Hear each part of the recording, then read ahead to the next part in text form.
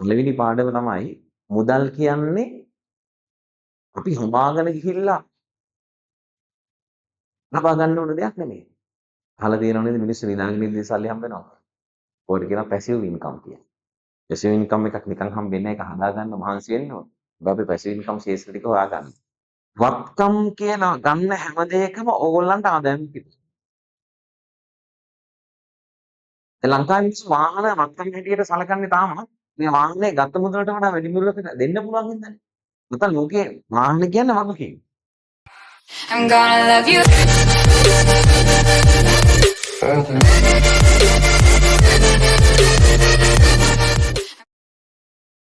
ලෝකේ මිනිස්සුන්ට ප්‍රධානම ප්‍රශ්නේ තමයි පුතේ මුදල් කියන දේ දන්නේ නැති එක.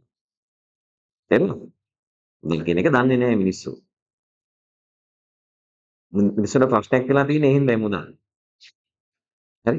ඉතින් මුදල් ගැන අපි ඉගෙන ගන්න ඕනේ. ඔයගොල්ලෝ අහලා තියෙන නේද මූල්‍ය සාක්ෂරතාවය කියලා එකක්. ෆයිනෑන්ෂියල් ලිටරසි කියලා එකක්. ඒ මූල්‍ය සාක්ෂරතාවය කියන විෂය පුතේ අපේ පාසල් වල උගන්වන්නේ නැහැ. අපි ගොඩක් රටවල් වල උගන්වන්නේ. විෂය පද්ධතියට එකතු වෙලා නැහැ. පන්සලක ඉගෙන ගන්න ඕන ප්‍රධාන දෙයක් තමයි ඒක. අපි මුදල් හම්බ කරන්න ඉගෙන ගන්නවා. ඉතින් මුදල් පාවිච්චි කරන්න ඉගෙන ගන්න.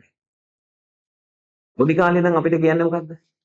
පොඩි කාලේ ඉඳන් ඉස්කෝලේ ගිහින් ගෙදර ඉන්නවා මොකද කරන්නේ? හොඳට ඉගෙන ගනින් හොඳට හම්බ කරමු. නේ?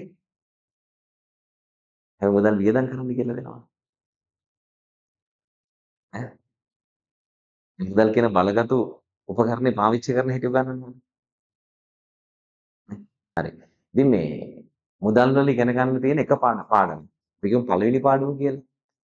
පළවෙනි පාඩම තමයි මුදල් කියන්නේ අපි හොමාගෙන ගිහිල්ලා ලබා ගන්න ඕන දෙයක් නෙමෙයි. හරි?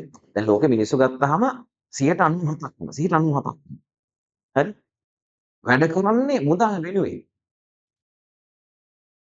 ඒ කියන්නේ 97%ම දන්නේ නැහැ. හරි? මුදල් වල රහස. හැබැයි ලෝකෙ 3% වගේ මිනිස්සු ටිකක් ඉන්නවා අපි කියනවා ව්‍යවසායිකයෝ කියලා. ඒගොල්ලෝ දන්නවා මුදල් වල රහස. මුදල් කියන්නේ අපි වෙනුවෙන් වැඩ කරන දේ. හැබැයි බලන්න ඔයගොල්ලන්ගේ දෙමාපියෝ මේ රස්සාවල උදේ පාන්දර නැගිටගෙන නේ කෝච්චි වල බස් වල බයිසිකල් වල නේ ටීවී වල බඩ ගන්න හැමෝම ඔය උදේ ඉඳන් නැහෙන්නේ මොකටද? මුදල් හොයන්න. හැබැයි ලෝකේ 3% වගේ මිනිස්සු ටිකක් ඉන්නවා මොකද්ද? එයාලගේ වැඩ ටික ඔක්කොම මුදල් වලින් කරගන්නවා. එහෙනම් මුදල් වල ප්‍රධාන රහස මොකද්ද? මුදල් පස්සේ පන්නන එක නෙමෙයි මුදල් අපි පස්සේ පන්නන එක. හරි? ඒ කියන්නේ මුදල් වෙනුවෙන් වැඩ කරන්න එපා. මුදල් අපි වෙනුවෙන් වැඩ කරන විදිහට වැඩ හදන්න. හරි? ඒක කරන හැටි තමයි කියලා දෙන්නේ. හරිද කතාව? හරි? මුදල් වෙනුවෙන් වැඩ කරන්න එපා. හරි? මුදල් අපි වෙනුවෙන් වැඩ කරන්න වැඩ හදන්න. අහලා තියෙනව නේද මිනිස්සු නිදාගෙන ඉඳි සල්ලි හම්බ වෙනවා. ඔකට කියනවා පැසිව් ඉන්කම් කියලා. පැසිව් ඉන්කම් එකක් නිකන් හම්බෙන්නේ නැහැ. ඒක හදාගන්න මහන්සි වෙන්න ඕන. අපි පැසිව් ඉන්කම් ශේෂ්ත්‍ර ටික හොයාගන්න. හරි? බලන්න ඔයගොල්ලන්ගේ දෙමාපිය අද රස්සාවට ගියේ නැත්නම් මේ මාසේ වැඩට ගියේ නැත්නම් ඊළඟ මාසේ ගෙදර ඉරණම මොකද්ද කියලා. නේ? හැබැයි ලෝකේ පොඩි මිනිස්සු ටිකක් ඉන්නවා. අනිත් තියෙන සෑහෙන ප්‍රමාණයක්.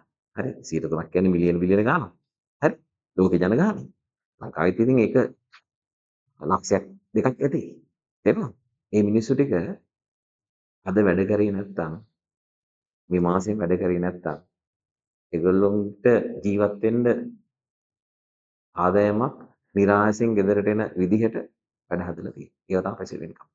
දැන් උදාහරණයකට මහන්සියලා කැප වෙලා වැඩ කරලා සල්ලි ඉතුරු කරලා. හරි? ඒ සල්ලි ආයෝජනය කරලා හදනවා ගොඩනැගිලි. ගෙයක් හදනවා. අපි එහෙම හිතමු. හරි?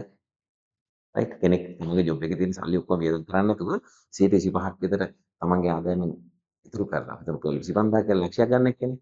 අපි සාමාන්‍යයෙන් කුලී වැඩ කරන කෙනෙකුත් මාසෙට 60 70000ක් මාසෙට හොයනවා. තව 15000ක් කියලා ගන්නකො. ඉතකින් තියලා ඒ වැඩේ මාස 2 3ක් කරලා අවුරුද්දක් කරලා යම්කිසි කැපිටල් එකක් හදාගෙන ඒ කැපිටල් එක පාවිච්චි කරලා චූටි ගෙයක් හදනවා. හරි? දැන් කල්පනා කරනද ගේ හදන්නේ කොහොමද සර් මේ ඔය රුපියල් 40000 50000 ලක්ෂයෙන් කියලා. ඒ පුතේ මාසෙක රුපියල් 15000ක් ඉදිරි කිරීමේ පුරුද්ද තියෙනවා නම් ඉතුරු කරපු සල්ලිත් පාවිච්චි කරලා බැංකුවෙන් අවුරුදු 3-4ක ලෝන් එකකුත් අරගෙන රුපියල් 15000 වාරිකයට ගැලපෙන්න ඒ සල්ලි ටික හදන්න. මේ රහස තමයි දන්නේ නැත්තේ. නේද? අපි ඉතුරු කරන සල්ලි ඉන්වෙස්ට් කරන්න තියෙන්නේ නේද? අපි පොඩි ගෙදර හදලා ඉවරලා කුලියට දුන්න කියන්නේ හරි 15000 කුලියට දෙන්න. නේ? ගෙදර හදන්න මාස 8යි නම් ගියේ. අහමල් මහන්සිලා ජොබ් එක කරන වයසේ ඉන්නේ. හරි? 8 9 වෙනි මාසේ ඉඳලා අපි දෙනවා කුලියට. ඒ කියන්නේ 9 වෙනි මාසේ ඉඳලා මොකද වෙන්නේ? අපිට හම්බෙනවා බැංකු වාරිකේ. අවුරුදු 5ක් යද්දි බැංකු වාරිකේ ගෙවිල ඉවරයි. ගෙදර අපිට ශුද්ධ ආදායම්. එතකන් අපි මහන්සි වෙනවා. ඒ මහන්සි වෙන හැම කාලෙම අපි තමයි බිස්කෝලේ කරපාවස්ථාවක් ඉදිරියට. ඒකෙන් තමයි ඉන්වෙස්ට්මන්ට් එකට ගෙන්නේ. ඇයි? ආර නිකම්ම ලෝන් එක ගෙවෙනවා. මේ තව සල්ලි ටිකක් ඉතුරු වෙනවා. ඒකෙන් තව ලෝන් එකක් කරන් අපිට ගත්තා. තවත් මොකද්ද? අපි වැඩ කරේ නැත්නම් සල්ලි එන බිස්නස් එකක්. දෙන්නනේ. ඒ YouTube කියන්නේ ඒක. මහන්සියලා ගොඩ ගන්න ඕන. ගොඩ නැගුවට පස්සේ තමයි ඉන්කම් එක එන්නේ. හැබැයි ඒකට අපේ ඉන්වොල්ව්මන්ට් එක අඩු වෙන්න ඕන. හරි? දැන් කල්පනා කරලා YouTube channel එකක් කරන කෙනෙක්ට කොහොමද නිකන් හම්බෙන්නේ කියලා. පොතේ අවුරුදු 2ක් 3ක් 5ක් කට්ට කාලි වෙලා හොඳ channel එකක් හදාගත්තට පස්සේ ඒ channel එක ඉදිරියට දුවන්නේ. ඉඳලා හිටලා වීඩියෝ එකක් දාලා පොඩ්ඩක් රීච් එකක් හදාගත්තා කමන්නේ. හැබැයි ඉන්කම් එක ජෙනරේට් කරනවා. ඒකත් එක්තරා වූ පැසිව් ඉන්කම් එකක්. හරි? ගොඩනැගිලි, ඉඩම්, හරි?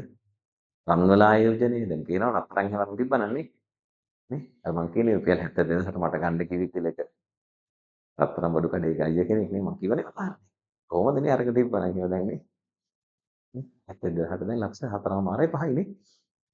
නිකන් හිතන්නකෝ පවුන් 10ක් කරන් තිබ්බ කියලා ලක්ෂ 7මාරනේ. නේ? ටිකක් උස එහෙම ගිහිල්ලා ඉන්නේ මම.